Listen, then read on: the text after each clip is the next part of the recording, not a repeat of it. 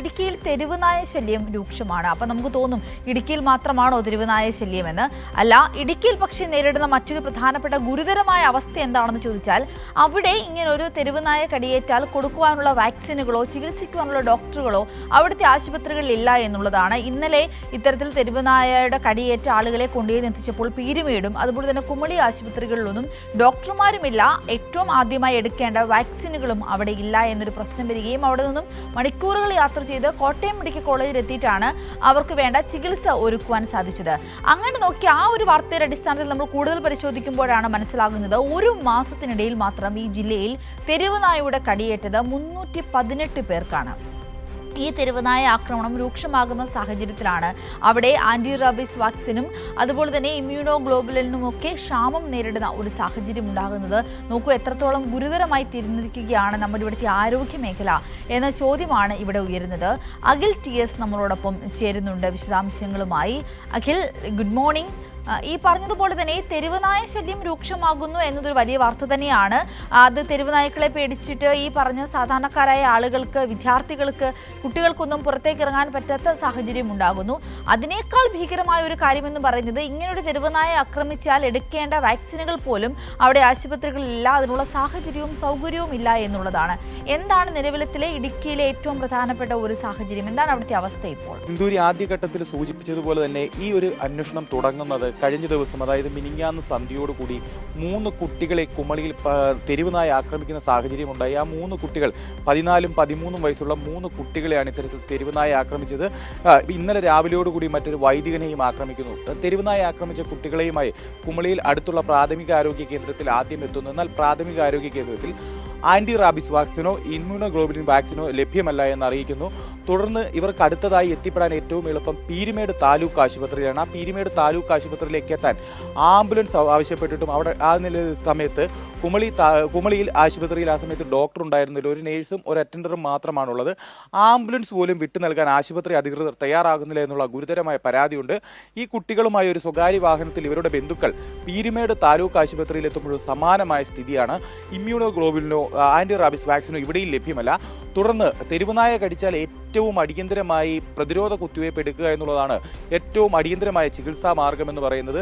ഇവിടെ നിന്നാണ് മണിക്കൂറുകൾ, കുമളിയിൽ നിന്നും കോട്ടയം മെഡിക്കൽ കോളേജിലേക്കുള്ള ഏകദേശ ദൂരം എന്ന് പറയുന്നത് 120ഓളം കിലോമീറ്ററിനടുത്താണ്. അത്തരത്തിൽ 3-4 മണിക്കൂർ യാത്ര ചെയ്ത് 120 കിലോമീറ്ററോളം ദൂരം താണ്ടിയാണ് ആ കുട്ടികളുമായി ചികിത്സയ്ക്ക് ആ കുട്ടികളുടെ ബന്ധുക്കൾ കോട്ടയം മെഡിക്കൽ കോളേജിൽ എത്തിയത്.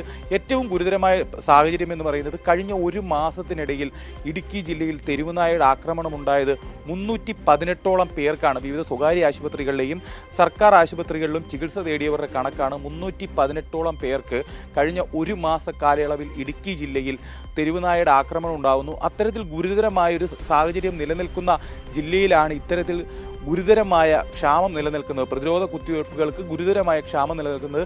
ഈ ക്ഷാമത്തെ സംബന്ധിച്ച് നമ്മൾ ജില്ലാ മെഡിക്കൽ ഓഫീസറെ ബന്ധപ്പെടുന്നു. നിലവിൽ കഴിഞ്ഞ കുറേ നാളുകളായി ഇടുക്കി ജില്ലയിൽ ജില്ലാ മെഡിക്കൽ ഓഫീസർ ഉണ്ടായിരുന്നില്ല. ഒരാഴ്ച മുമ്പാണ് ജില്ലാ മെഡിക്കൽ ഓഫീസറെ നിയമിച്ചതുമായി ബന്ധപ്പെട്ടൊരു ഉത്തരവ് പുറത്തു വരുന്നത്. എന്നാൽ നിയമിക്കപ്പെട്ട ഉദ്യോഗസ്ഥൻ ഇതുവരെ ജില്ലയിൽ ചാർജ് എടുത്തിട്ടില്ല. നിലവിൽ ഇപ്പോഴും ഇടുക്കി ജില്ലയിലുള്ളത് ജില്ലാ മെഡിക്കൽ ഓഫീസറുടെ ചുമതലയുള്ള ഒരു ഉദ്യോഗസ്ഥൻ മാത്രമാണ്. അദ്ദേഹത്തെ ബന്ധപ്പെടുമ്പോൾ ഇത്തരത്തിൽ മരുന്നുകൾക്ക് ക്ഷാമമുള്ള കാര്യം അദ്ദേഹം അറിയുന്നു പോലുമില്ല. മിനിഞ്ഞാന്ന് കുട്ടികൾ തെരുവുനായ ആക്രമിക്കുന്നു. ആ തെരുവുനായ ആക്രമിച്ച കാര്യം വലിയ വാർത്തയാകുന്നു. അതേ തുടർന്ന് പോലും ഒരു ജില്ലാ മെഡിക്കൽ ഓഫീസർ ഒരു അന്വേഷണം പോലും നടത്തുന്നില്ല. ഇന്നലെ നമ്മൾ അദ്ദേഹത്തെ ബന്ധപ്പെടുന്ന ഘട്ടത്തിൽ നമ്മളെ അറിയിക്കുന്നത് ഇന്ന് പരിശോധിച്ചതിന് ശേഷം അറിയിക്കാമെന്നുള്ള ഒഴുക്കൻ മറുപടി മാത്രമാണ്. അത്തരത്തിൽ നിരുത്തരവാദപരമായ സമീപനമാണ് മെഡിക്കൽ ഓഫീസറുടെ ഭാഗത്തു നിന്നുണ്ടാകുന്നത്, ജില്ലയിലെ ആരോഗ്യ സംവിധാനത്തു നിന്നുണ്ടാകുന്നത്. മറ്റൊരു കാര്യമെന്ന് പറയുന്നത്, 2019 തെരുവുനായകളുടെ കണക്കെടുത്തത് പ്രകാരം 8000-ലധികം തെരുവുനായകൾ ഇടുക്കി ജില്ലയിലുണ്ട്.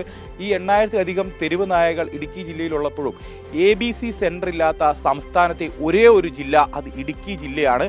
ABC സെന്റർ എന്ന് പറയുന്നത് തെരുവുനായ്ക്കളെ അവരവർ അലഞ്ഞിരിഞ്ഞ് നടക്കുന്ന പ്രദേശങ്ങളിൽ നിന്ന് കൊണ്ടുവന്ന് ഒരു പ്രത്യേക കേന്ദ്രത്തിലെത്തിച്ച് ഇവരെ വന്ധീകരിച്ച് പ്രാഥമിക പരിപാലനങ്ങൾ നൽകി അവരെ തിരിച്ചുവിടുന്ന, അതായത് തെരുവ് നായകളുടെ എണ്ണം നിയന്ത്രിക്കുന്നതിനുള്ളൊരു പരിപാലന പരിപാടിയായിരുന്നു ABC പദ്ധതി. ഈ ABC പദ്ധതി പ്രകാരം ABC സെന്ററില്ലാത്ത സംസ്ഥാനത്തെ ഏക ജില്ല ഇടുക്കി ജില്ലയാണ്. ലോകരാജ്യങ്ങളിൽ ടൂറിസം ജില്ലകളുടെ പട്ടികയിൽ ഒന്നാം സ്ഥാനത്ത് നിൽക്കുന്ന മൂന്നാർ അടക്കമുള്ള ദിനംപ്രതി ആയിരക്കണക്കിന് വിനോദസഞ്ചാരികൾ എത്തുന്ന ഇടുക്കി ജില്ലയിലാണ് ABC സെന്റർ ഇല്ലാത്തത് എന്നുള്ളത് ഗുരുതരമായ വീഴ്ചയാണ് സിന്ദൂരി എന്ന് തന്നെ പറയേണ്ടി വരും. കാരണം ദിനംപ്രതി ആയിരക്കണക്കിന് ആളുകളാണ് വിനോദസഞ്ചാരത്തിനായി ഇടുക്കി ജില്ലയിലേക്ക് എത്തുന്നത്. തോട്ടം തൊഴിലാളികൾ അധിവസിക്കുന്ന മേഖല, ഓരോ ആശുപത്രികൾ തമ്മിൽ 2-3 മണിക്കൂർ ദൂരം സഞ്ചരിക്കേണ്ട അവസ്ഥയുണ്ട്. അത്തരത്തിൽ മണിക്കൂറുകൾ സഞ്ചരിക്കേണ്ട ഒരു ജില്ലയിൽ ഇത്തരത്തിൽ ABC സെൻ്ററുകളില്ല, ആവശ്യത്തിന് വാക്സിനുകളില്ല.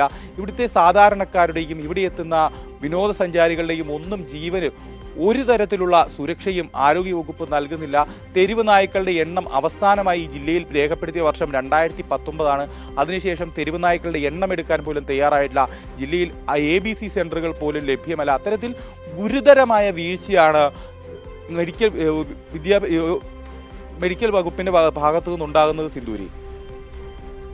അഖിൽ, ഞാൻ അല്പം കൂടി വ്യക്തതയ്ക്ക് വേണ്ടി ചോദിക്കുകയാണ്. അഖിൽ പറഞ്ഞിരുന്നല്ലോ ഇന്നലെ ഇതുപോലെ ഈ ചികിത്സ തേടി ആശുപത്രിയിൽ എത്തിയപ്പോൾ അവിടെ ഡോക്ടറോ മറ്റു ആരും ഉണ്ടായിരുന്നല്ലോ, നേഴ്സും അറ്റൻഡറും മാത്രമാണ് ഉണ്ടായിരുന്നു എന്ന്. അതിൻ്റെ ഒരു ഏകദേശ സമയം എപ്പോഴായിരുന്നു? ഏത് സമയത്താണ് ആശുപത്രിയിൽ അവരെത്തിയപ്പോഴാണ് ഇത്തരത്തിലൊരു അനുഭവം ഉണ്ടായത്? ഈ ഇടുക്കിയുടെ ഒരു ഭൂപ്രകൃതി അനുസരിച്ച് ഇടുക്കിയിൽ ഓരോ ആശുപത്രികൾ തമ്മിൽ കിലോമീറ്ററുകളുടെ ദൂരമുണ്ട്. കൂടുതലും സർക്കാർ ആശുപത്രികളെയാണ് ഇവിടെയുള്ള ആളുകൾ, സാധാരണക്കാരായ ആളുകൾ ആശ്രയിക്കുന്നത്.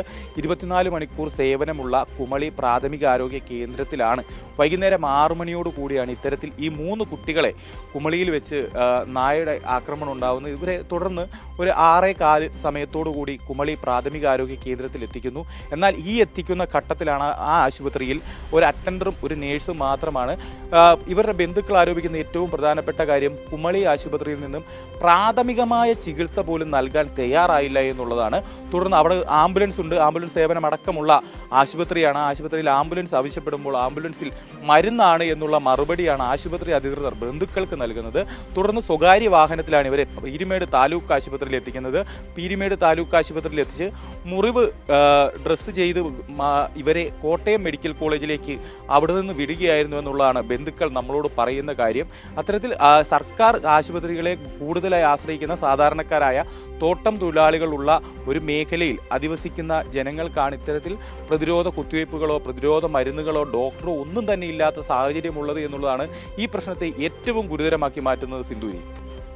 അതെ, വ്യക്തമാണ് അഖിൽ. എന്തായാലും അഖിൽ പറഞ്ഞതുപോലെ തന്നെ ഏറ്റവും പ്രധാനപ്പെട്ട കാര്യമെന്ന് പറയുന്നത് ഇടുക്കി പോലൊരു ജില്ലയിൽ ഇത്തരത്തിലുള്ള ഏറ്റവും അടിസ്ഥാനപരമായ സാഹചര്യങ്ങൾ ഇല്ലാതെ അവിടെയുള്ള ആളുകൾ വലയുന്നു എന്നുള്ളത് തന്നെയാണ്. ആശുപത്രിയിലേക്ക് ചെന്നാൽ അവിടെ ഡോക്ടറില്ല, വേണ്ട മരുന്നില്ല, ഇവരെ മറ്റൊരു ആശുപത്രിയിലേക്ക് എത്തിക്കുവാൻ പ്രാഥമികമായും ഒരു ആശുപത്രി ചെയ്തു കൊടുക്കേണ്ട ആംബുലൻസ് സൗകര്യമില്ല, ആംബുലൻസിൽ മരുന്ന് കയറ്റി വെച്ചിരിക്കുന്നു എന്നാണ് ഇവരോട് പറഞ്ഞിരിക്കുന്നത്.